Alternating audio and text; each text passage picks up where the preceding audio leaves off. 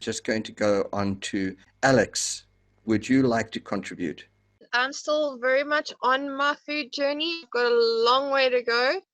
I'm more interested in the planting and getting my hands dirty than really what I eat at the moment. And I know I've got a long way to go on that. So it's good to hear everyone else's version of that.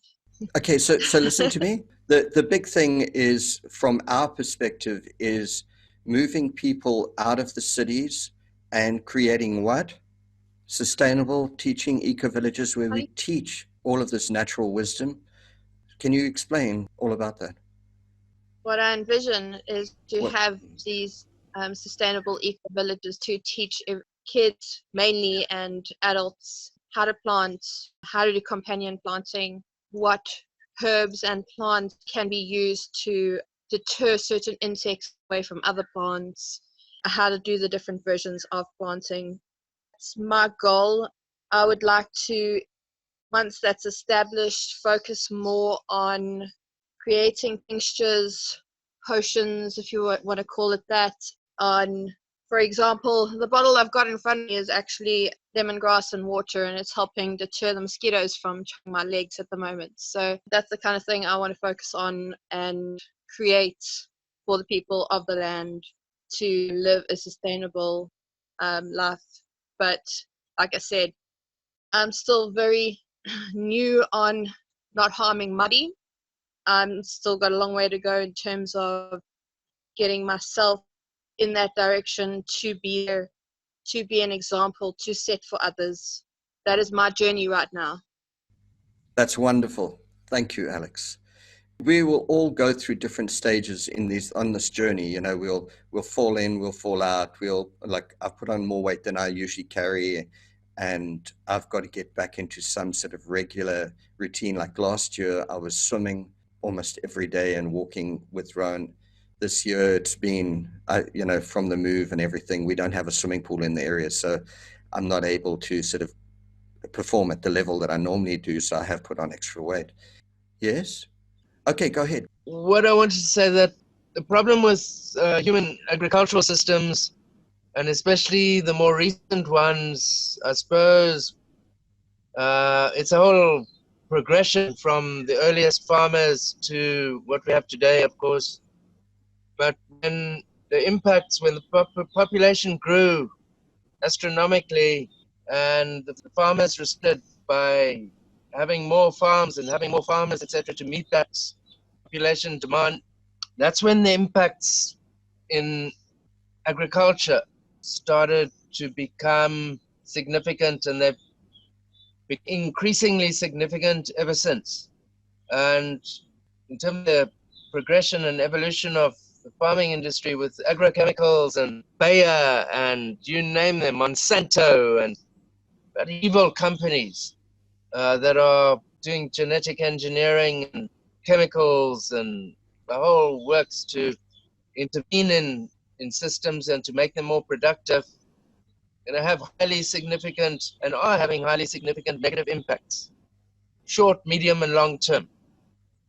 But what I want to say is that importantly for nature, and this goes for any development, including farming and agriculture, cattle, stock, vegetable, fruit, whatever, wine, grape, is that natural ecosystems or even agricultural ecosystems with natural elements in them, because they depend on a life support system, they can't do without it, have not been valued.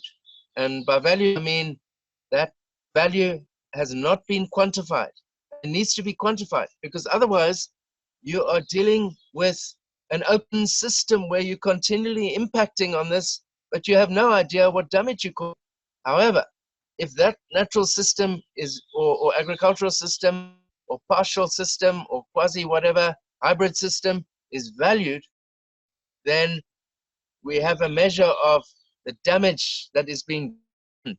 And that goes for any kind of development anywhere in the world involving nature. We need to quantify what that system is in terms of the impacts that are being targeted against it.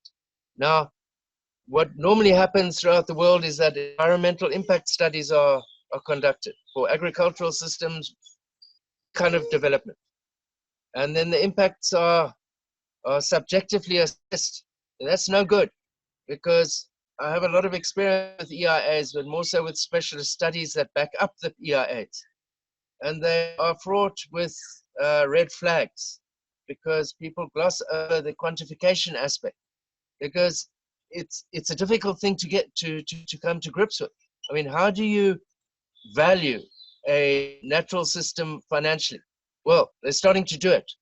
Economists that have a particular direction in quantifying nature, mangrove swamps, any system, the coral reefs, any system that is being that is being hit by human impacts, agriculture, and those systems are being, their value is being quantified. So once that's been done, then we can measure with various kinds of agriculture what the damage is, how much it costs, how much it will cost to rectify, all that kind of thing. But that initial valuation is absolutely essential. Thanks, Dennis. Brilliant input again. There's so many aspects to this. Having a political will and having the people desire to actually do something about it, that's one level. Activism, going directly against them and trying to come up with alternatives, it's another way of looking at it. But I think the most fundamental thing is the paradigm, changing the way we think and live in the world, and then teaching our children that value and belief system is like the foundation, and having schools become these teaching of natural agriculture and polyculture. Why not, instead of having like these rugby fields and soccer fields and whatever, why not turn them into like a whole education system to teach children a love of nature and a love of the earth and all of those incredibly important things. You see, ancient agriculture has made many, many mistakes throughout history. And it's like things like slash and burn and monoculture agriculture, and then fighting with the problems. Instead of working against nature, let's work with nature to actually create a sustainable future. These are things that we need to teach our children. But really, like, what can we do as people ourselves to bring about those fundamental changes? The power of our purchases, actually re-educating ourselves into this paradigm shift and changing, transitioning from where we are out there consuming from the product, corporate produced, centralized wealth and power, to reintegrating ourselves with this whole flow of life and the ecosystems and becoming one with it.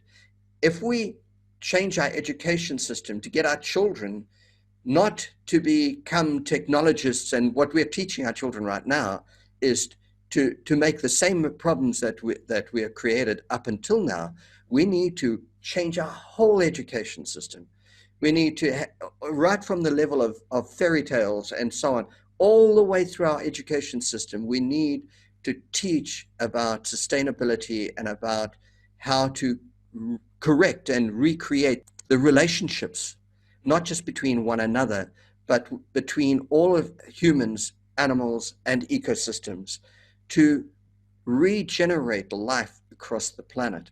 And there's so the mistakes that we've made is like through monoculture and huge centralized herds of flesh production facilities and soybeans and all those things. We've devastated huge ecosystems, and the only way really to regenerate that is to get the people out of their pyramid schemes, out of cities, onto the land, and generating living systems, because that is where it all begins and ends. It really is about us having an intimate connection to living systems and one another. And it's so difficult to fight against institutions. You can bash your head against the wall, you can protest, and they'll give you a little inch and they'll give you no more. And that is not going to solve our problems. We need to cut it off at the roots.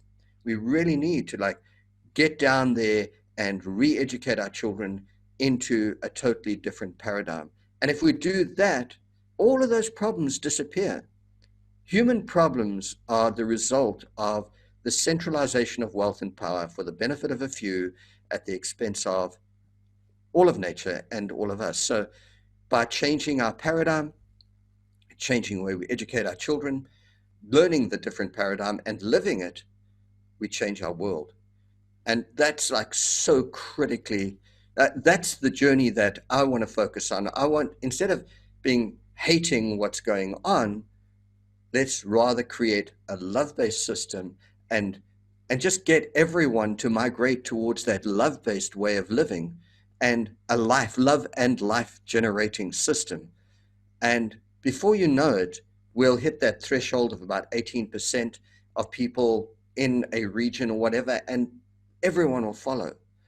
The moment that happens, this whole pyramid scheme is a house of cards. It literally will collapse if we stop supporting it. So if you're buying locally, what's happening is you're putting your money into that system and it starts to grow. Local farmers, like local um, growers, will start to have the money to be able to regenerate, to expand, and to grow.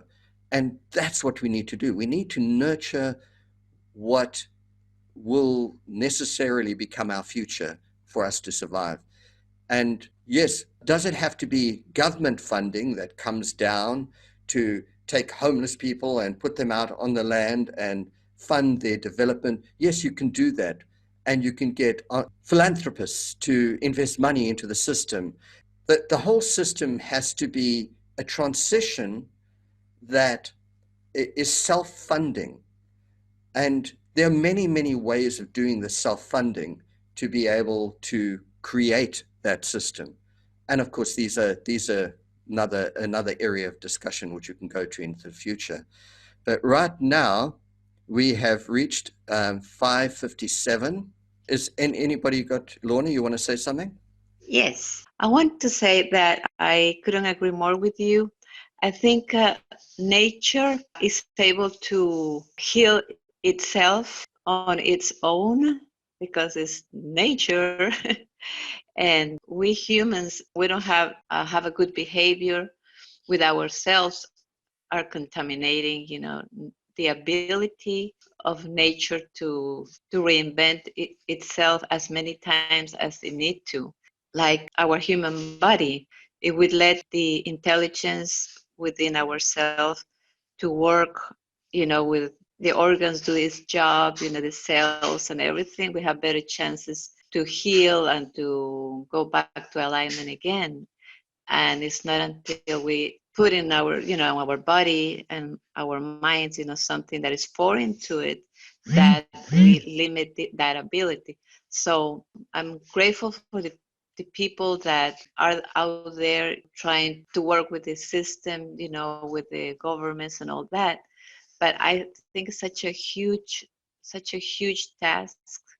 If we invest our energy in be who we are meant to be and respect our own nature, that would be, even though it will be on a one-to-one basis, that will be in the long run more helpful for the sake of nature. Nature is such a powerful thing, and that its wisdom and its nature of its own is so huge that can do it on its own. So I'm just validating what you said. Maybe it's just in different words.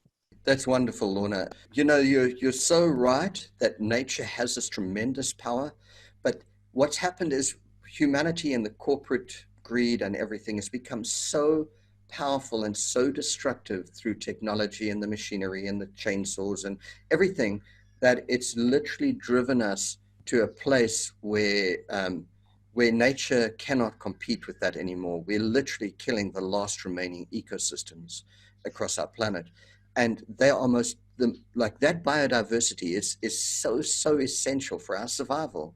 It's just you cannot, I think, even put a price on it. It's priceless. it is just so valuable. And yet the corporate machinery is burning and chopping down the Amazon. And if people have an alternative way of surviving, they would, quite honestly, I think, choose that. So we need to teach people that there is another way without destroying those ecosystems which we need for our actual existence on the planet. Go ahead, Diane. One of the things about being able to do that is not to say that everybody has to leave the cities and move to the country, but to start creating ecosystems within the communities that are in the cities. So like right now, there's a lot of rooftop gardening that's going on. There's hydroponic plants that you can put in your apartment. There's a lot of things that you can do that will take your need to buy these mass produced things. And I think that's a more manageable, reasonable way to do it. And if everybody did that and then started farm share programs where, you know, I may have too much basil and you may have too much mint or whatever, you know, start trading with whoever is growing something so that you don't have to go to the grocery store and buy these things.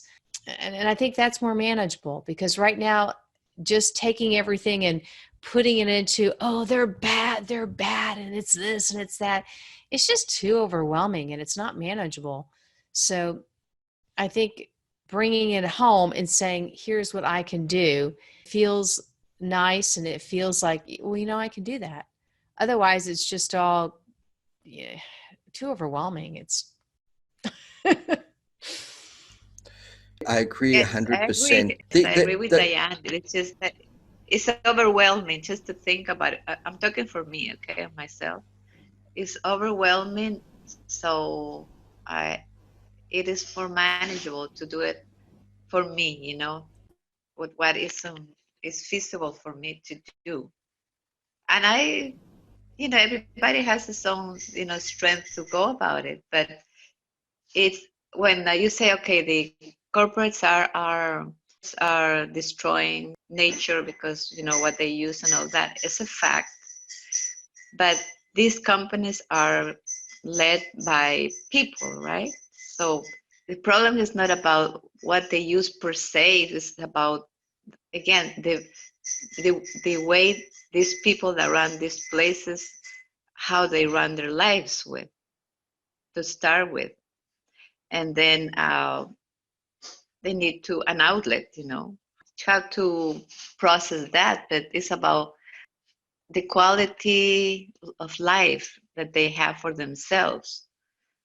So I mean, I'm a humanistic, you know, that's my trait. Hey, Lorna, there's a Yeah. TED Talk by Pam Werhurst, and she went into a small town in England and created an edible city. And so Really? it's fantastic. I will, email it, or, on Please. WhatsApp. But she did a fantastic job, and everybody got together, and they completely changed the environment off of planting edible plants and saying, instead of do not, touch, please eat me, take me home. Yes, I would love to see that. Huge movement around Pam Werhurst. Okay, great. Thank you. Mm-hmm. That's wonderful. The only problem that I see with this is basically the principle is the sun shines and the plants grow. And there's only a certain amount of production that you could produce in a densely populated city. So you're not going to be able to produce enough for these huge high rises and so on in city areas. Yeah, I'm not agreeing with you on that. Because Well, it's just a matter of time, because basically think of this. You've got all these people living in cities and all of this farming that's happening like literally across the planet in huge, huge, huge farms. And that is only sort of supplying sufficient for those cities. Now, if you think that you're going to take all that farm area and compress it into a city, it'll almost like no chance of that happening. So So it's a matter of time will prove who's right or wrong. It's not an argument, you know. So no, I know it's not an argument, but you're trying to say that you want to get rid of all the big, you know, uh, food processing, which I agree, right? So not everybody has to move out to the country to do that. The big farmers have to change their ways and not use all those chemicals and kill the soil, which is what's happened, right? So there's other things that can happen. So number one, you know, food needs to be supplemented inside the city. And, and so, and then the farming that is happening needs to get back to how you both are saying, either the permaculture or the, what was the other one that Neil said? It's like natural agriculture. well, there's one where you let the chickens and the ducks and everything else be the things that eat all the bugs instead of using all the pesticides. So it's not, permaculture is about taking, you know, the plants, using all the plant, refertilizing with the plants, and there's really not a lot of animal involvement. So I think what's really cool is that we're on this discovery path that introducing animals back into the plant world is actually a natural way of farming and produces a better result than using chemicals. So I don't know. I think there's just it's a shift, and I think the more people that do good things, the more good things that will happen. So ranting about, oh my God, this is bad, this is bad, this is bad, it just creates a lot of frustration. I think what needs to happen is you focus on what you can do. And so that's what I'm trying to do, is focus on what I can do and how other people can participate in focusing on what you can do that's good. And that's how you make the change. Because then all of a sudden, you're not going to need that big farming way that's killing the dirt. I agree. One of the most fundamentally important things is each one of us as human beings is on a journey. We're transitioning, and everything that you suggested, like start your aquaculture, and start hanging gardens on the side of the buildings, and build and grow stuff on the top of the buildings, and wherever you have open land and parks, and have put fruit trees and go crazy, like recreate ecosystems within your city. And that will then start the process of now you're giving and receiving and you're sharing in this ecosystem. So you're not going to the shop that often. So slowly but surely, you're using the power of your own creation and your purchases to bring about fundamental change. It's a journey that we're on, and we have to do this as fast as we can to because otherwise we won't survive, because we're passing tipping points as we go along that are going to become like irreversible, that we cannot come back from the longer we leave it. So the sooner we start to make these little efforts, you know, take an area of the gardens outside your buildings and ask for permission, and then create these seed balls and go and cast the seeds and learn and grow and develop these living systems, and then share it with the community. Get your community involved. All of these things, humans have to see that there is another way. And if you lead by showing them and trying, even if you fail a million times, it doesn't matter. As long as you're progressively moving, we're transitioning. Transitioning is not sort of here's where we want to be and here's where we are, and we jump and suddenly we're here and everyone's moved out of the cities and everything's growing. No, it's a journey. It's a So journey. here's one thing. I went and picked up my fresh veggies yesterday, and I have an abundance of like Swiss chard. And so I have to cook it. So I actually have to go because I don't want my fresh veggies to like wilt, and I'm not going to have any time tomorrow. So I've got to start my cooking project now so that I can put things in the refrigerator, put the extra in the freezer so that I can be part of the right way to eat food. which is it's in season, you get it, you have a quantity of it, it might be too much, you may have to cook more than you need, right? And you may have to freeze some of it or can some of it or do something with it. And I think that we're so used to conveniences, including me. I like going to the grocery store, buying it whenever I feel like it. Doing this lifestyle, if I go pick up my things, I now am picking up what's in season, what's available. I have too much, and now I have to figure out a way to make this into my life. So thank you guys so much, and I have to go, and we'll see you next time. Wonderful. Thank you, Lorna. Go well. I'm going to end the meeting now, and then I can come outside and we can talk. All right. Have a good one. Take it easy. Thanks. Bye.